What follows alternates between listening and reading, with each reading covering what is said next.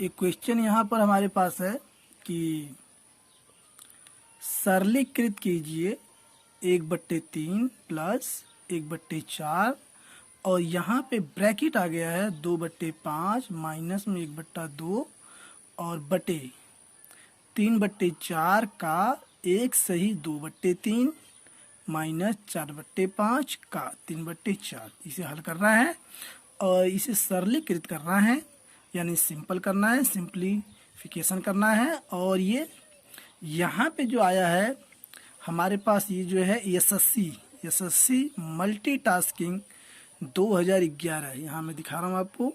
SSC multitasking 2011 में ये प्रश्न जो है पूछा गया था और इसका ऑप्शन हमारे पास है नंबर 1 37/78 और नंबर बी 37/13, सी 74/78, डी 74/13।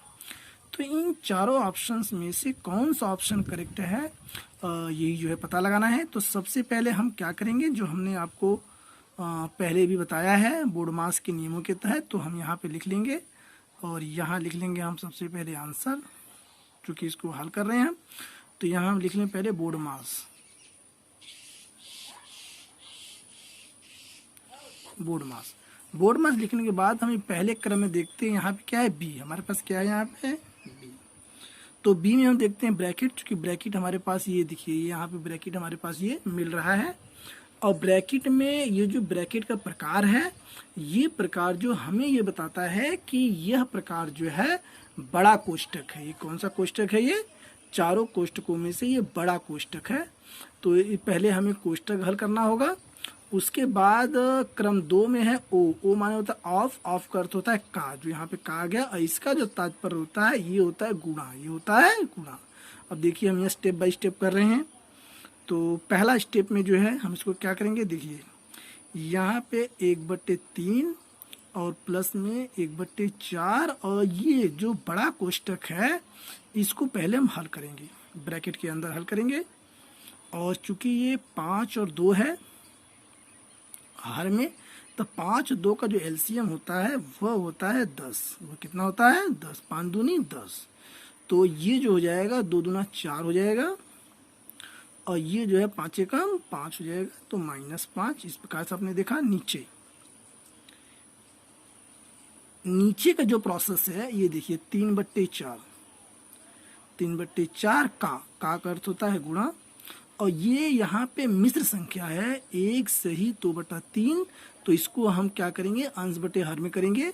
तो यानी सरल भिन्न इसको हम बनाएंगे, 3 एकम 3 और 3 2 5, तो ये हमारे पास हो जाएगा 5/3। इस बात को फिर ध्यान से देखिए, जो ये 3 है, 3 का ये 1 में गुणा होता है, फिर ये 2 जोड़ा जाता है, तो 3 एकम 3 और ये 2 इसमें जोड़ देंगे तो 5, तो ये 5/3। तो हम ये 5/3 जो है इस प्रकार यहाँ प्राप्त हुआ है। और फिर यहाँ पे है माइनस का चिन्ह, ये देखिए ये यहाँ पे माइनस का चिन्ह आपको मिला है।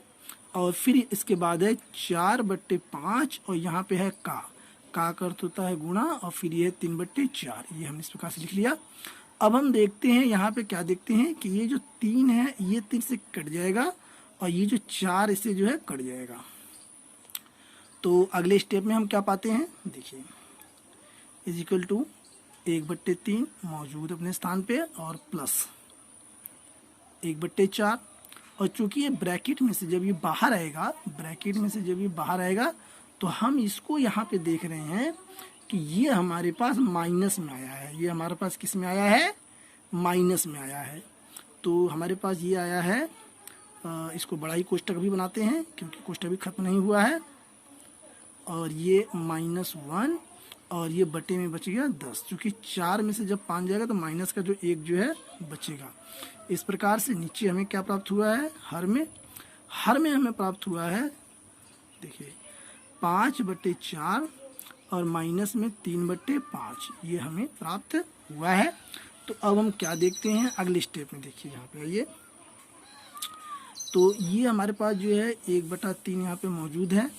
और चूंकि जब हम इसका गुणा करेंगे, इसका जो ऊपर से ऊपर हम गुणा करेंगे, तो माइनस का जब हम प्लस में करेंगे तो चिन्ह हमारे पास आ जाएगा माइनस का, और ये हो जाएगा 1 1 कम हो जाएगा 1, और ये बटे में मिलेगा हमें 10 चौक 40।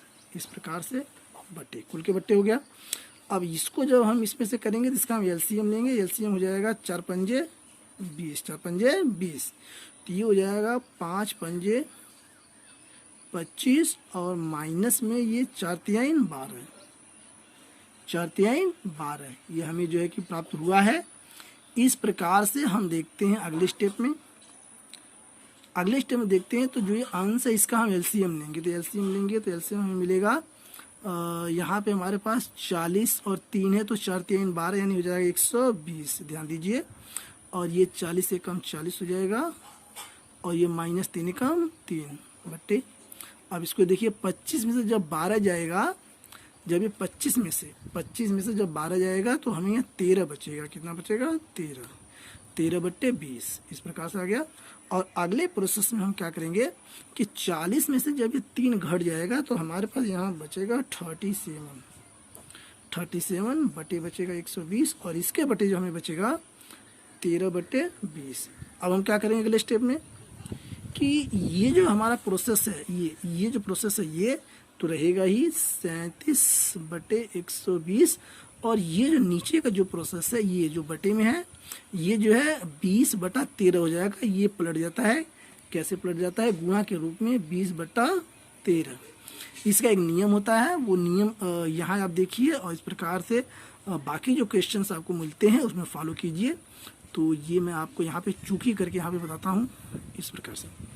और ये होता है यदि a बट्टे बी और कुल के बट्टे होता है c बट्टे डी, तो इसको हम लिखते हैं a बट्टे बी गुणा में होता है ये d बट्टे सी, d बट्टे सी।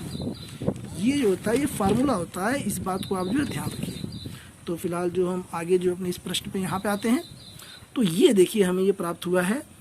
तो अब अगले स्टेप में हम क्या करेंगे, ये 37 बटे 120 और ये हमें प्राप्त हुआ है गुणा में 20 बटे 13, इस प्रकार से। तो हम देखते हैं कि क्या संभावना यहाँ पे जो बन रही है, क्या संभावना यहाँ पे हमारे पास बन रही है। तो हम ये देखते हैं कि यदि हम 20 से कम 20 हो जाता है और 20 पंजे 100, 20 छक्का 120, 6 यहाँ पे आता है। अब 37 से कम 37 हमें अंश में प्राप्त हुआ है और हर में हम देखते हैं कि 13 छंग 78 हमारे पास यहाँ प्राप्त हुआ है कि 13 छंग 78 हमें यहाँ प्राप्त हो गया है। और फिर मैं आपको यहाँ पे एक बात फिर से बताता हूँ कि ये जो हमारे पास है ये 37 से कम 37 और ये प्राप्त हुआ है 13 छंग 78। तो हमारे पास जो इसका आंसर आया है वो आया है 37 बटे 78, ये आंसर आया है और यही जो है इसका राइट आंसर है। अब हम ऑप्शंस में देखेंगे क्या ऑप्शंस हमारे पास आ रहे हैं। तो ऑप्शंस हमारे पास ए है 37 बटे 78, बी ऑप्शन है 37 बटे 13, सी ऑप्शन है 74 बटे 78, डी ऑप्शन है 74 बटे 13। तो हम यहाँ देख रहे हैं कि 37 बटे 78, ये देखिए आंसर में 37 बटे 78 आया है। तो ये पहला जो ऑप्शन हमारा ये है 37 बटे 78, यही जो ऑप्शन है ये जो हमारा करेक्ट आंसर, ये हमारा करेक्ट आंसर है।